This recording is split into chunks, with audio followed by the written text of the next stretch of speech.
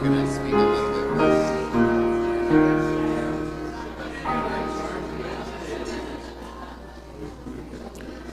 music, the music, the music you have just heard invites us to arrive, to settle body and spirit, and to prepare for this time of worship. As an act of care for those garnered here today and those joining us online, please silence your devices so that we may share this time in presence and connection. If you are visiting today, you are invited to fill out a card from the seat back and return to the welcome table or in the offering plate so that we may extend and welcome to you.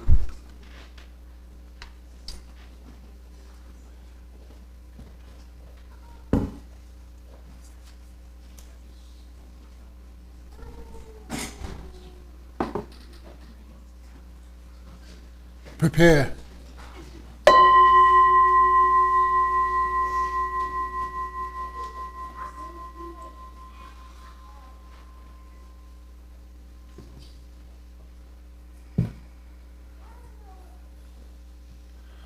Please know that whoever you are, wherever you are from, whomever you love, wherever you are in life's journey, that you are welcome here. Good morning. Welcome to the San Gabriel Unitarian Universalist Fellowship. Whether you are here in this sanctuary or joining us online, whether this is the first time or the 1000th, we are glad that you are here.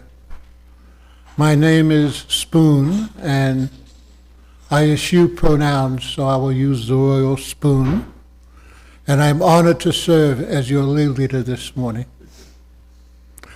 San Gabriel is a part of a larger movement of Unitarian Universalist congregations and working together for a just, peaceful, and sustainable world. And here in this community, we begin that work by sustaining one another in love.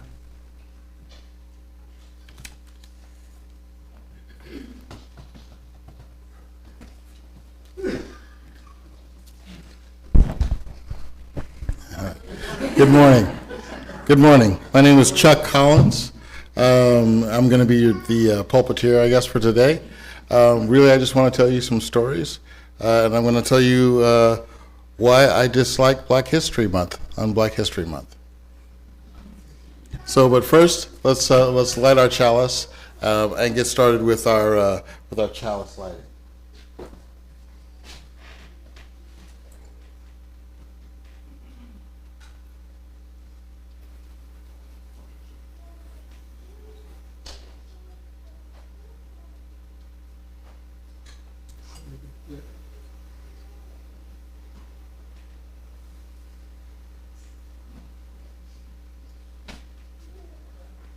You know, we used to have stoners in the congregation, so we always had to light it.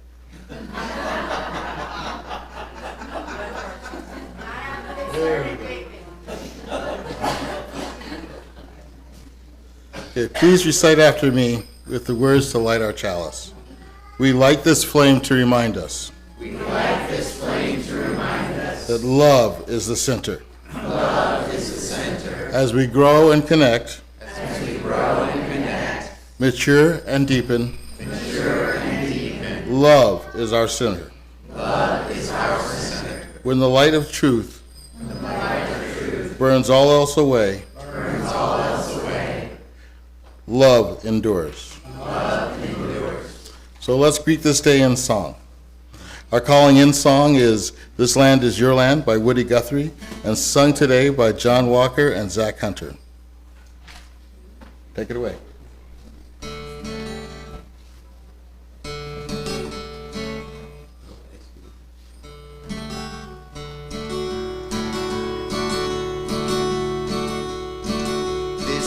Is your land, this land is my land, from California to the New York Island, from the redwood forest to the Gulf Stream waters. This land was made for you and me.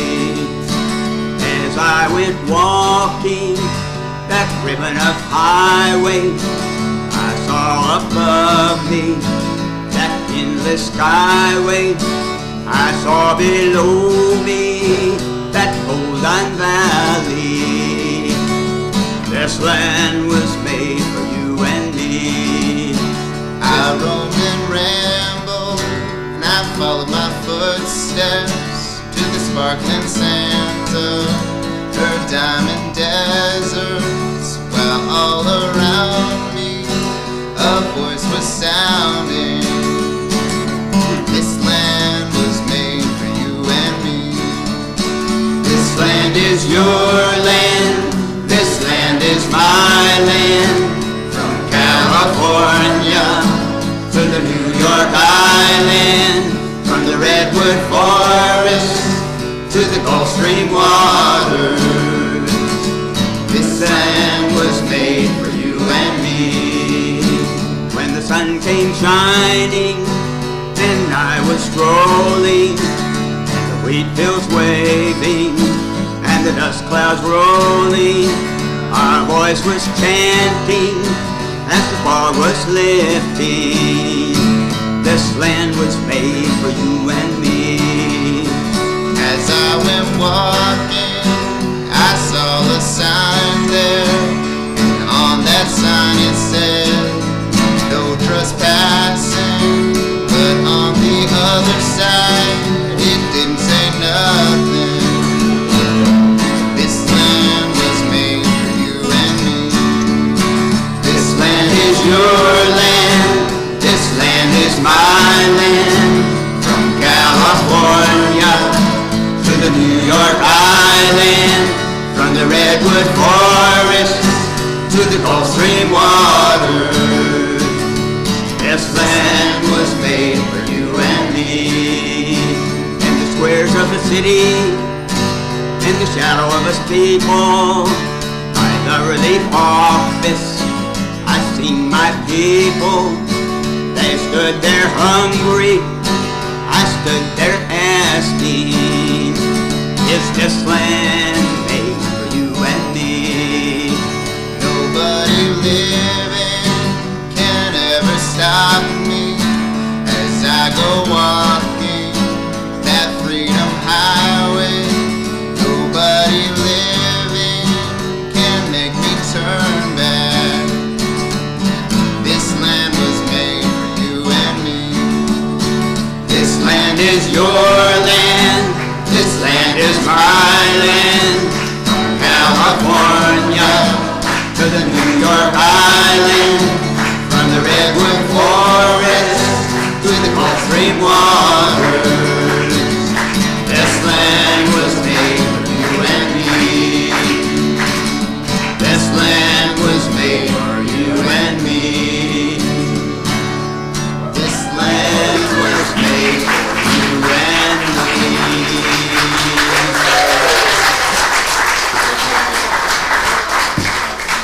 Thank you very much. The Wonder Box reminds us that wisdom often comes in small packages, and that curiosity is a sacred gift at every age. Candace White, our Director of Religious Exploration, will now share this time and learning of wonder with us.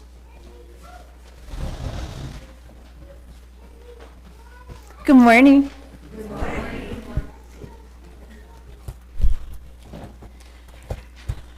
This month, our theme for RE has been embodying resilience. And every Sunday, we open up our Wonder Box to see how we're going to explore the theme of the month, and specifically this week.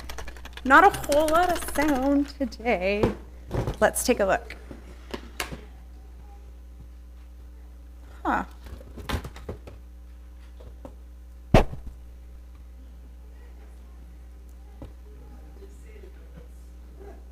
What is it? It's like string, yarn?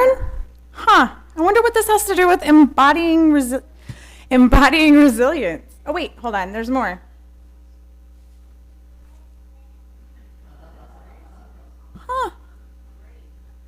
it's braided.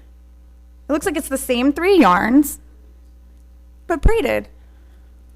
When I have just one yarn, it can be pulled, it can be unraveled, it can even snap if I pull hard enough. When we braid them together, it's so much stronger. Today in RE, we're going to explore how community can be a source of resilience and how we can lean on each other.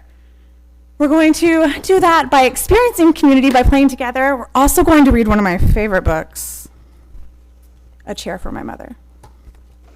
So may your song be our blessing as we go to the little house to explore this more.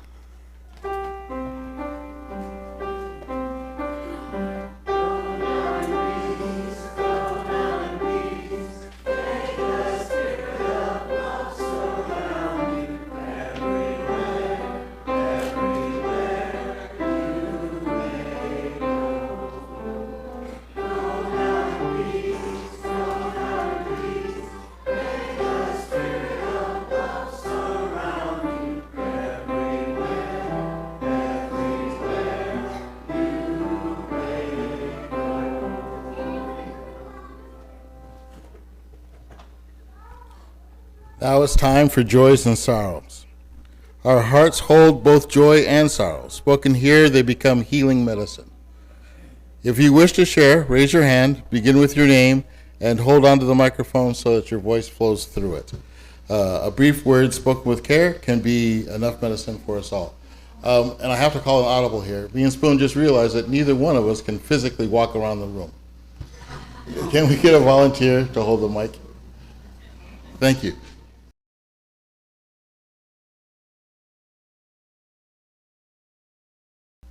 Thank you for sharing. For all that remains unspoken, this community holds you in love. And now we turn to the Great World House. We pause to honor the Great World House of which we are a part, lifting up the needs, the hopes, and the voices of those beyond our doors. So I've been, as my wife would say, addicted to watching independent news. With what's going on in the world today, in this country today. And so I was thinking about that and thinking about the experiences of my family, and so I wrote this little small essay. The family unit is too strong and has to be targeted. Selling the children of slaves, sending native kids to Indian schools, separating immigrant families, encouraging teens to join Hitler Youth or Joseph Stalin's Komsomol, the Communist Youth Party, the trad wife movement, where gender and family roles are written in stone, mass incarceration. Why do oppressors target families for separation or control? Because the family unit is too strong. And I'm talking about all kinds of families, whether related by blood or related by choice. The family is our primary support system. It's where we run to when things have gone horribly wrong. It is who we want to celebrate with when things go very right. It is where we learn to care for others and to be cared for. When we don't have someone to reach out to, some kind of family to reach out to, humans will still reach out our hands. That is the opportunity oppressors are waiting for. The pimps, the abusers, gang leaders, drug dealers, neo-Nazis. It's the same playbook every time. Offer the familyless a false family, a family that will base membership on the correct behavior, whatever that may be, to accomplish their goal. You know, it's not a coincidence that during Trump's first family separation, the children were lost and or offered up for adoption. The family unit is too strong and needs to be targeted. Our song of yearning is The Cliff by English rapper The Streets.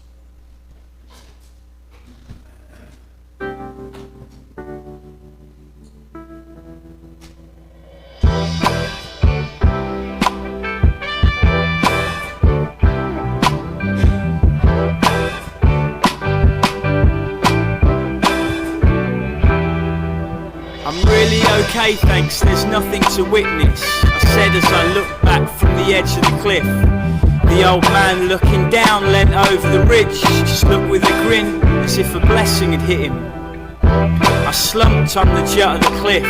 Just leave me alone, this is none of your business. I will, said the old man, but just one thing. And what he said was so lovely it stunned me. He said, I lay right there once to the edge of the rock. I was ready to jump, I was ever so lost.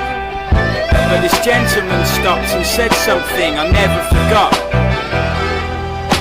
For billions of years since the outset of time, every single one of your ancestors survived. Every single person on your mum and dad's side successfully looked after and passed on to you life. What are the chances of that like?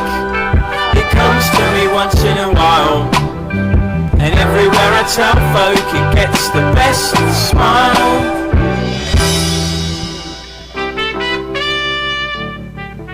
And then the old man walked away and out of sight, till the sound of him hiking turned to the sound of silence. I just froze in a profound surprise, and from down on my pride I found a smile to my eyes. And for many days again I'd be passing the same cliff, and on many occasions I'd chance on the same thing.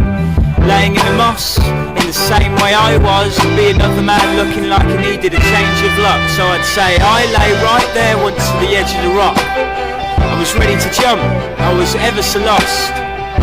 But this gentleman stopped and said something I never forgot. For billions of years since the outset of time, every single one of your ancestors survived. Every single person on your mum and dad's side successfully looked after and passed on to you life. What are the chances of that like? It comes to me once in a while, and everywhere I tell folk it gets the best smile. For billions of years since the outset of time, every single one of your ancestors survived. Every single person on your mum and dad's side successfully looked after and passed on to you life. What are the chances of that like? It comes to me once in a while, and everywhere I tell folk it gets the best smile.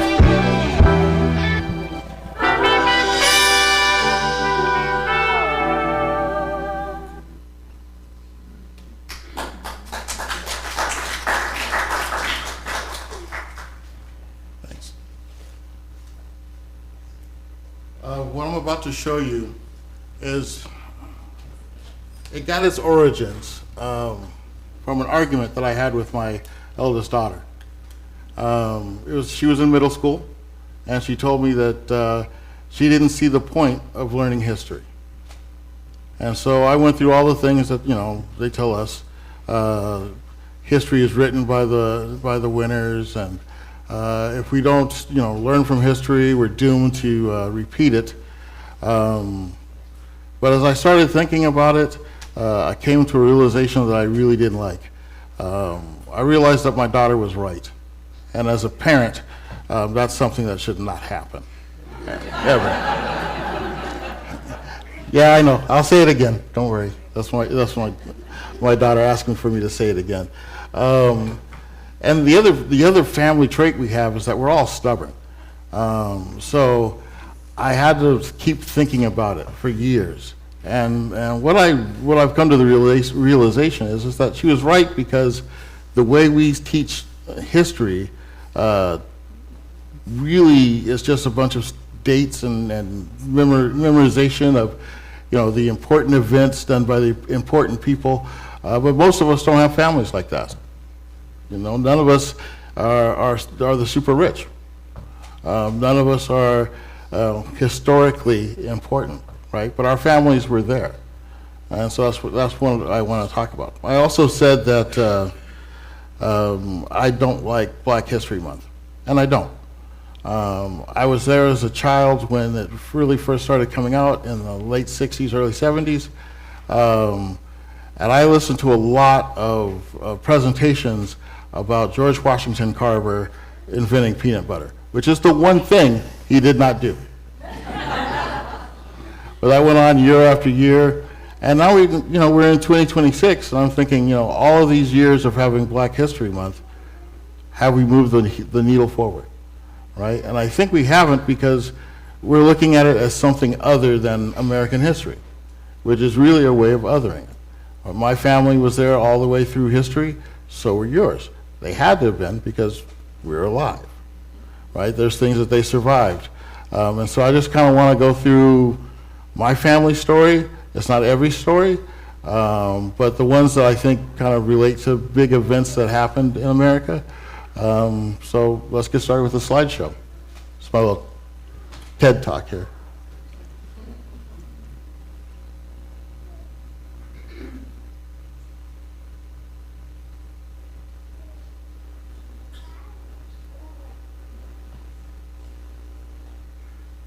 Okay, so this is how I imagine the tapestry of my family looks like.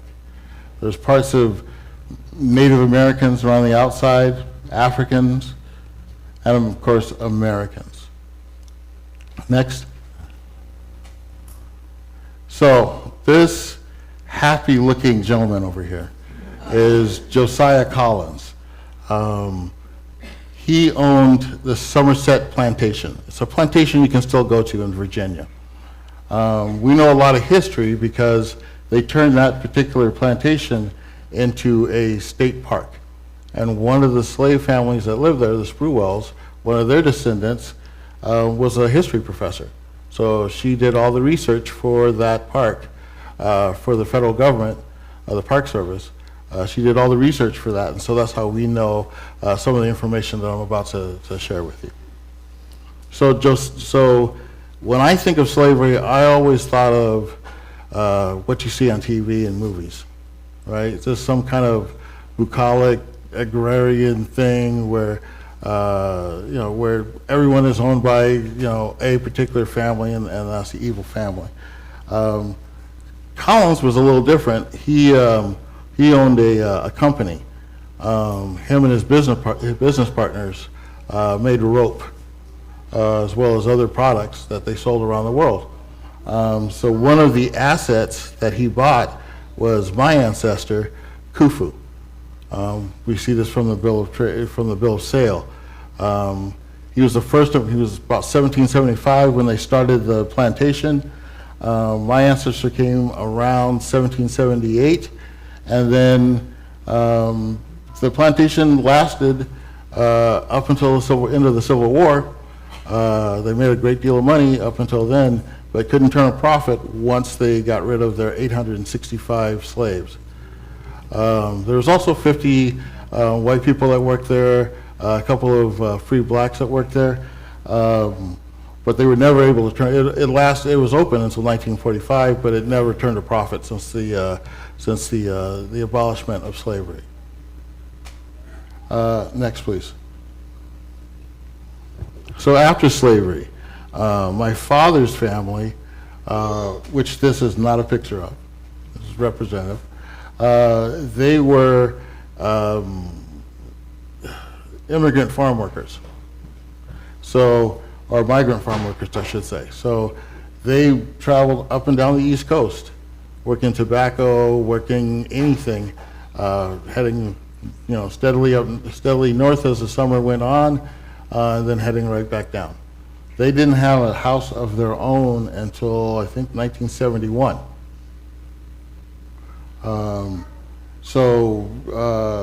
That's how they got through from slavery time up until the 50s, when my uncle Sam joined right before the 50s, 46 or so. Had to have been 44. He joined the Army, went to World War II. My dad followed him in, went to Korea in 1953. I would like to say that it was for patriotic reasons, but we'll kind of get to that. Next, please.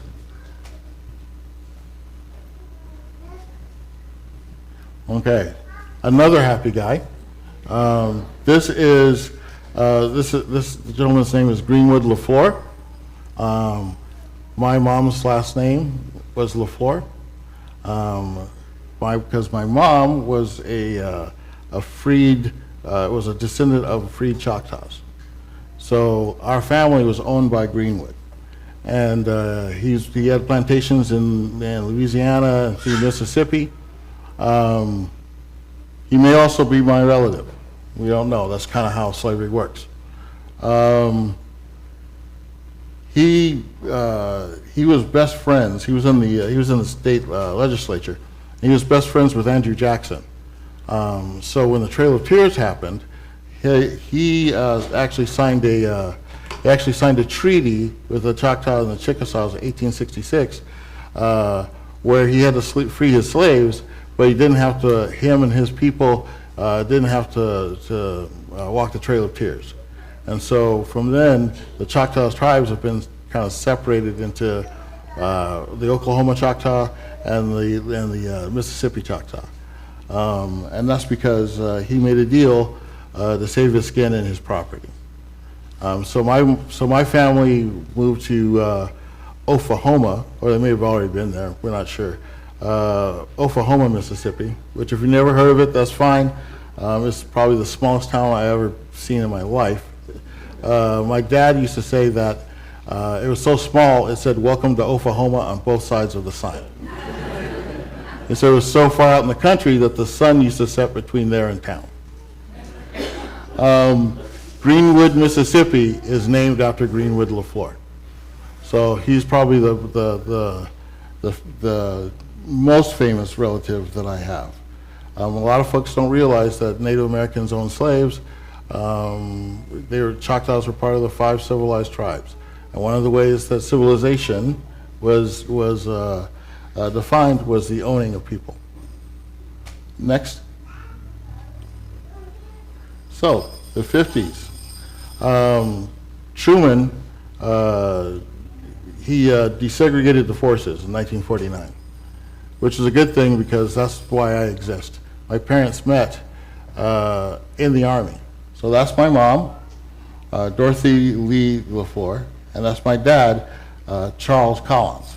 I'm not a junior because his actual name was Charlie, which he hated because that's what, at least in his neighborhood, they used to call the white man, Mr. Charlie. So he never really liked his name, so he didn't name me Charlie after him. It was Charles. He did, you see him here in, I think this is in Korea. So he did a tour in Korea and 2 in Vietnam, serving the country. I would like to say that it was patriotic, but it wasn't. He, like most African Americans, actually they caught him because he was dodging the draft.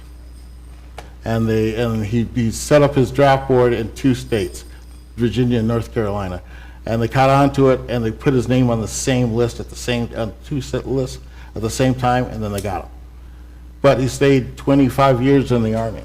And the reason he did is, like a lot of people of color, that's where the opportunity is, right? You get promotion, you get the same pay, you get paid the same as any white man in the service. So it's a really good opportunity, seen as a good opportunity for people of color. I also joined the Air Force. I served with Hispanics, immigrants from every country you can imagine, and a lot of hillbillies out of Kentucky and Tennessee. So all of us together make up most of the force, of the military force. Again, it's because of opportunity that's not seen on the outside world. My mom graduated high school in 1953 and then joined the Army. This high school she went to was called the Holy Jesus School. It was run by Franciscan monks, or I'm sorry, Franciscan nuns. There's a big difference between nuns and monks. They ran the schools specifically for black kids in rural Mississippi. So it served as one of the few places that blacks in that area could get educated, and they came from all over the country, or sorry, all over the county. And my mom would have to board at, in town with another family while she graduated from high school. She started college in the Army, and so did my dad eventually. My dad right before he joined, he only got through 8th grade in school. Ironically, one of his next jobs, he quit school in order to make money for the family. Ironically, one of his jobs was driving the school bus. Because back then, they didn't really care too much whether people of color went to school or not. I'm not telling tales out of school, but to speak. But my wife's mom only got to 2nd grade because she worked in the fields, and they didn't really care whether these kids got an education or not. Next slide, please. Okay, so I was born in 1964, so that's 10 years after Brown versus the Board of Education. I was born in Vicenza, Italy, which means when my mom was pregnant with me, she was pregnant with me stateside.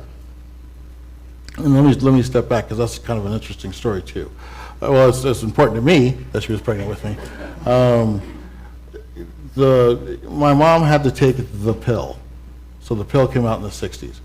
And the reason why is when she was when my parents first got married, I had 2 older sisters, 3 if you count the one my dad had from a previous marriage.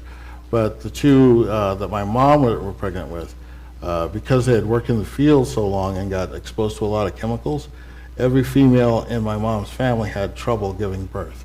And so she lost both of those little girls. They were stillborn.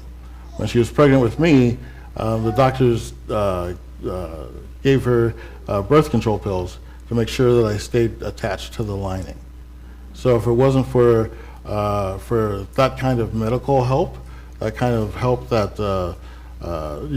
for women's health care, I wouldn't be here, right? If that wasn't the case. And so, kind of fast forward to the day when a lot of the procedures are not accepted, especially in Texas. The Green Book, when my mom was pregnant with me, they had to get from Fort Knox, which is where they were stationed, to New York because my dad got orders to Italy. My mom didn't fly, so they had to board a ship going out. And on the way, they had the Green Book because they couldn't stop just anywhere. On the way back, in '68, they were coming back from New York trying to get to Denver and had to stop. They had 2 kids with them at the time, and they couldn't find the Black Hotel. They didn't have a new Green Book. They pulled over into a Holiday Inn in a town and went to the clerk and asked if, where they knew they couldn't. He said, we can't live here, or we can't rent a room here, but where can we rent? And the girl behind the counter said, well, why can't you do it here? And from that time on, anytime we stopped in family trips, it was at a Holiday Inn because of that experience. The world had changed in the 4 years that they had left the States to when they came back. And I can't even imagine what that was like for them. There's hippies here because they played a big role in my life. When my dad was stationed in Vietnam, I think the 2nd time, my mom was working in San Francisco at the Marriott as an accountant. When she'd pick us up from daycare, to get back to the house, they'd have to go through Haight-Ashbury. And it was filled with hippies. And after a while, they noticed this single mom with 2 kids trying to get across this park filled with hippies. And so some of the men would meet her at one end of the park and walk her and me and my brother through to the other end of the park to make sure that we were safe. After that, I was educated by hippies. My best friend Lee Bagby, our fort, was his mom and dad's Jesus fan. So we can go next to the 70s. Okay, so lived in Denver, lived between an Army base and an Air Force base. The kids I grew up with, because we'd already desegregated the military, where kids from every walk of, from every race or creed, religion, we all lived in the same neighborhood. So we had to get bused. There was a whole, for those of you that know, after board, Brown versus the Board of Education, a lot of schools had to legally were desegregated, but weren't actually desegregated. And so they would bus kids from other neighborhoods into neighborhoods that didn't have minority kids. And so in that case, for us, we got, my part of the neighborhood anyway, got bused to a white and Jewish neighborhood. We got farmed out, honestly, everywhere because we had everything anybody needed. So I imagine that they just called up and said, hey, how are you fixed for Asians? Oh, I don't know, we got a few. All right, let's move them over to this school. That was the case until 1981 when they finally built us combination middle school, high school. But up until then, we were bused all over Denver. The year that I was, the year I was starting first grade, that summer, you see that burned out bus there. That's from a newspaper article. The summer before I started first grade, somebody broke into the bus depot and blew up 25 buses to stop busing. Of course, my parents didn't tell me anything about that, and had to trust the system to put me on the bus 3-4 months later to go to school and start first grade. There's a pleasant memory I have of the Sears Wish Book. I don't know how many of you are old enough to remember that. Turn to your younger friend and tell them what that was. So it was before the internet, obviously, and what would happen is, it would come out in October or so, and my mom would put me and my brother together, and we would go through the book and mark what we wanted for Christmas, and then they'd go and put it on layaway probably, and then get it to us. So I didn't know how far back that tradition went with my family, but turns out that Sears Roebuck played an integral part in African American history, because it was the one place you could order something and be guaranteed as a person of color to get it for a reasonable price that wasn't bartered at the store. Up until then, there was really no rule that a store had to sell the same item with the same price to everyone. So they didn't. So mail order was the way that blacks got things they needed, and especially in the South. There's also, it's still going on in the 70s. I kind of skipped something that was going on in the 60s. All of my uncles left home in Mississippi and in North Carolina and moved everywhere in the country right during and after World War II. And that was because they needed, this country needed a lot of labor. So blacks and Mexicans were moved all over the country. So if you ever wonder how you get large Mexican communities in Chicago, that's from the Bracero program. That's where my daughter-in-law comes from. If you wonder why there's so many black people in Oakland or Gary, Indiana, or Milwaukee, all of that happened with a great African-American diaspora coming out of the South, blacks going for opportunities. That's how you get Chicago blues, Chicago-style blues. That's how you get funk music. That's how you get a lot of cultural things, is from blacks in the South and other minorities, people of color, moving to where the jobs are, and then mixing and mingling. In my case, I think in a very beautiful way. Next. Okay, the 80s, and so we're almost at the end of my TED Talk. So all my kids were born in the 80s. I was stationed at Grand Forks Air Force Base, and like I said, it was a very diverse group, because we've already been desegregated for so many years. So if people ask me, well, what's your culture? It's not black culture. I don't know what that means. Culture is a slippery thing anyway. I'd say the closest would be brat culture, because I grew up with the same people of differing backgrounds, but we all played by the same rules. We all had something in common with each other. We made friends quickly because people moved around so much. We just didn't have time to kind of, deal with a lot of silliness, and so we just didn't on average. I'm not going to tell the rest of the stories because I think that's my family's to tell, but I will show you some pictures of them. Next. I was just going to talk about the tapestry of human love, but you guys already know that stuff. Next, please. So this is my brother's family. My brother was adopted. He was born in '68. He was born in Nuremberg, Germany, 10 years after the Nazi trials, right? His mom was German citizen. His dad was a black GI. My dad's commanding officer wanted to adopt him when he was a baby, was told by the adoption agency that they couldn't because they were a white family and they were really afraid that they couldn't weather the racial backlash they would have raising a mixed race child.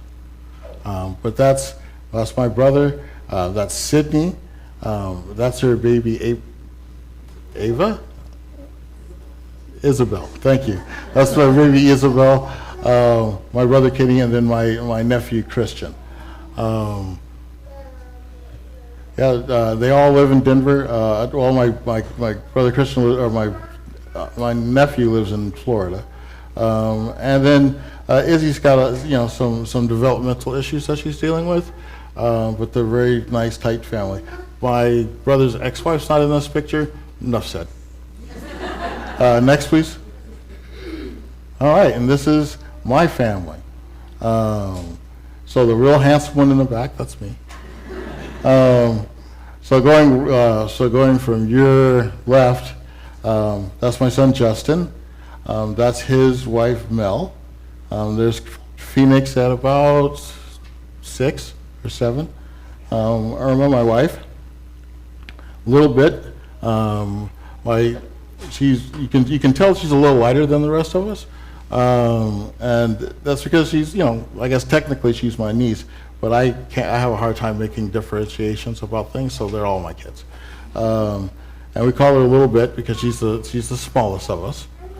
Then her sister Isabel, my daughter in the glasses in the back, Aisha, and then my son Miguel. And then the two newest ones are Persephone and Fox. So that's my family. That's American history. I'm going to leave you with a little bit of a homework assignment. I hope you can see how history is actually a personal thing, personal to a person's family. It's all threads that are being weaved through history. Your threads are weaving along with my threads, with everybody else's. And as the song said, we've been doing this for billions of years. All right, so thank you very much.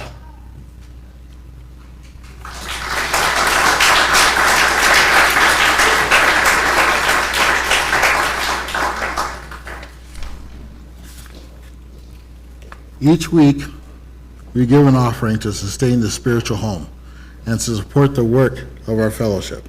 Today's offertory music is Won't You Be My Neighbor by Fred Rogers, offered by Jill Govan and the American Youth Choir.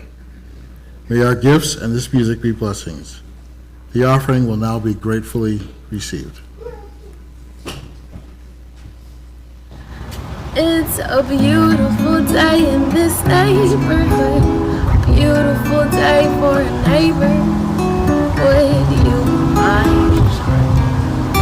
Could you mind? It's a neighborly day in this beauty world. Neighborly day for beauty. Would you be mine? Could you mind? I've always wanted to have a neighbor just like you. I've always wanted to live in a neighborhood with you. So let's make Since we're together, we might as well say, would you be mine? Could you be mine? Would you be my neighbor? Won't you please? Won't you please? Please, won't you be my neighbor?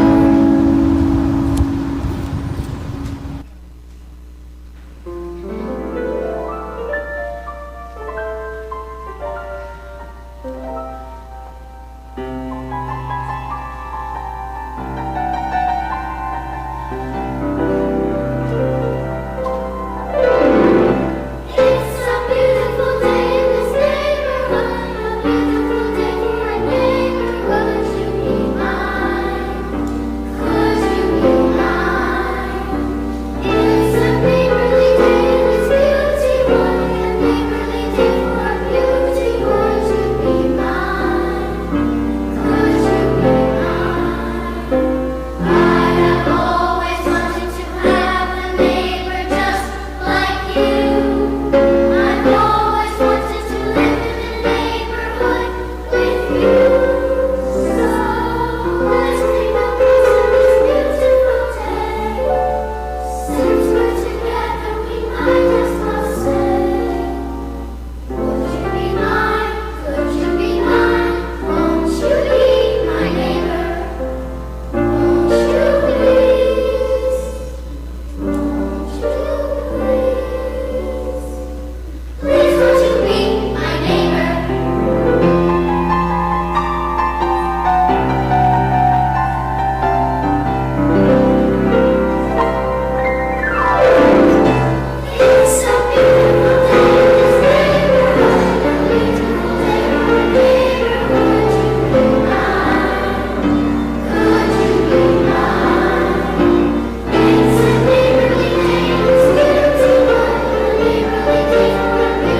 you be mine? I have always wanted to have a neighbor just like you. I've always wanted to live in a neighborhood with you. So let's make the most of this beautiful day. Since we're together, we might as well say, would you be mine? Could you be mine? Won't you be my neighbor? Won't you please? Won't you please won't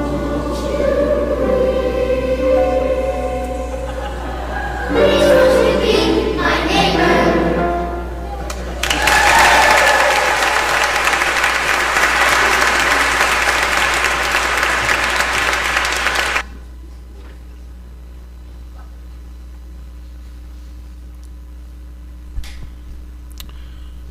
And now we return to this beloved house where our covenant lives in the announcements and invitations that we share. Would you like a San Gabriel UU Side of the Love t-shirt? Please add your name and sign the clipboard in the visitor area. Okay, oh my, give me a second. Announcement for Sunday, February 15th and Sunday, February 22nd from Pat Berthold. You might have noticed that there is no Sunday handout of announcements today. That is because our team of one who produces the handout is out of town. Pam would really appreciate having a teammate or two to help produce the handout. If this is you, please contact Pam at Sunday handout at San Gabriel, sangabriel.org. You have to fix that. Or speak to Pat, Joni, or the folks at the welcome table, and we'll let them know. Thank you.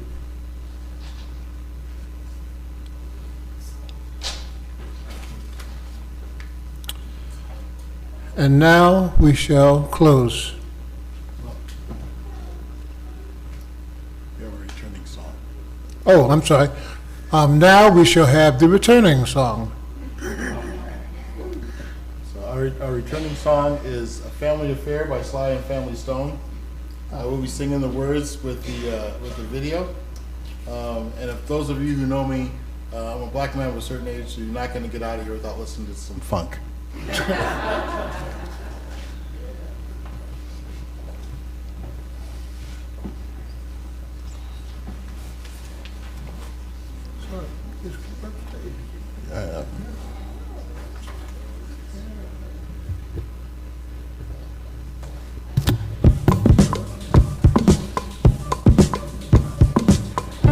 It's a family affair.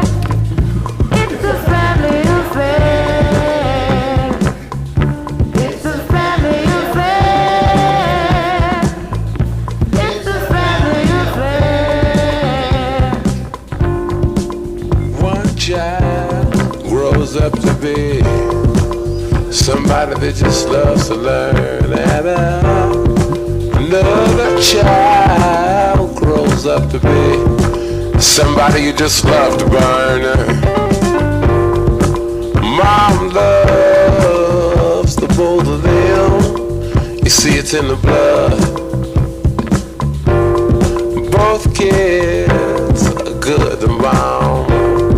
Blood's thicker than the mud. It's a family affair. It's a family affair. It's a family affair. It's a family affair. What a bear.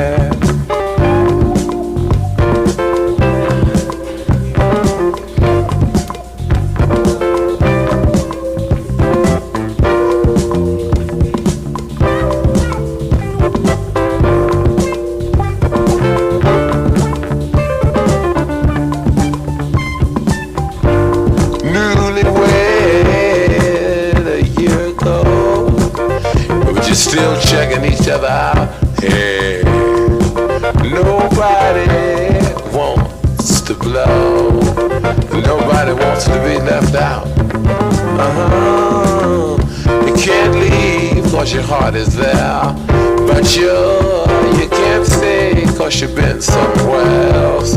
You can't cry cause you look broke down, but you're crying anyway cause you're all broke down. It's a family affair. It's a family affair. It's a family affair. Yeah, a family affair.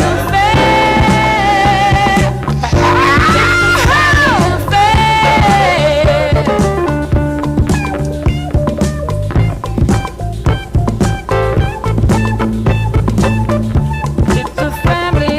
a family affair. It's a family affair. It's a family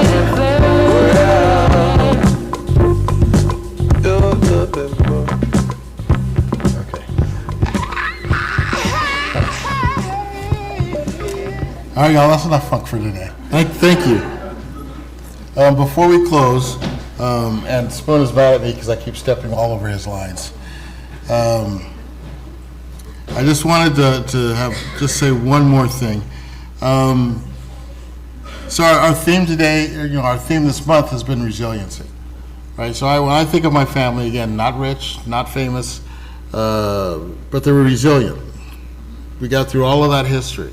The thing is, so is your family, right? Even if you didn't always get along, you survived.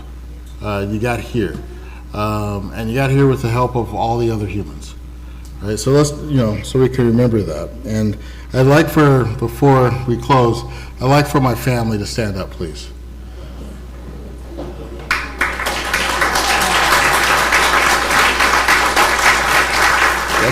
That was nice, but I don't think you heard me. I would like my family to stand up, please. All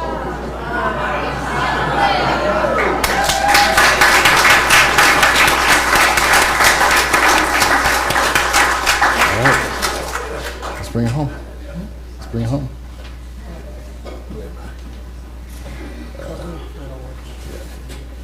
Do this one.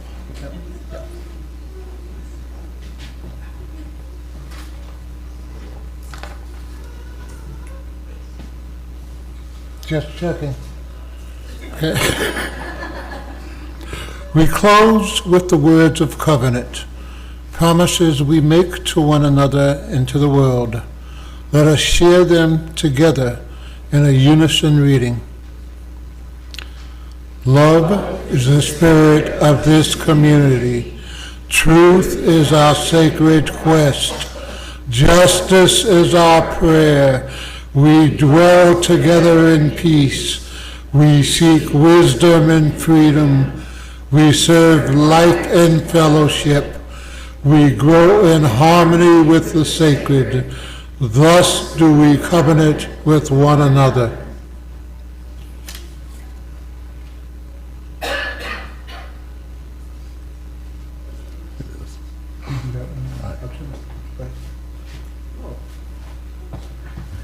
Okay. Please recite after me the words to extinguish this chalice. We extinguish this flame to remind us. We extinguish this flame to remind us. Love is at the center. Love is the center. As we explore and rest. As we explore and rest. Engage and heal. Engage and heal. Love is our center. Love is our center. When only ashes remain. When only ashes remain. Love endures. Love endures.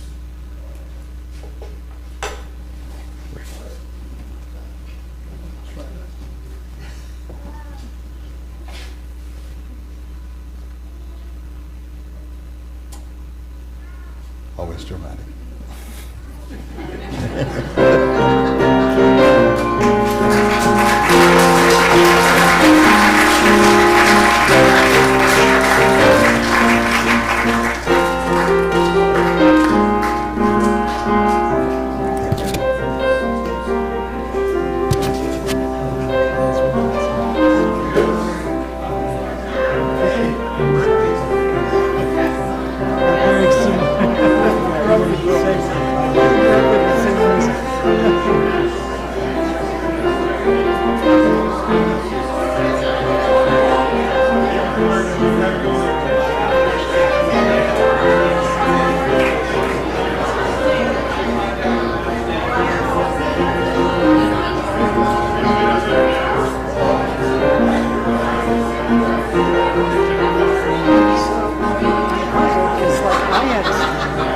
Here, let's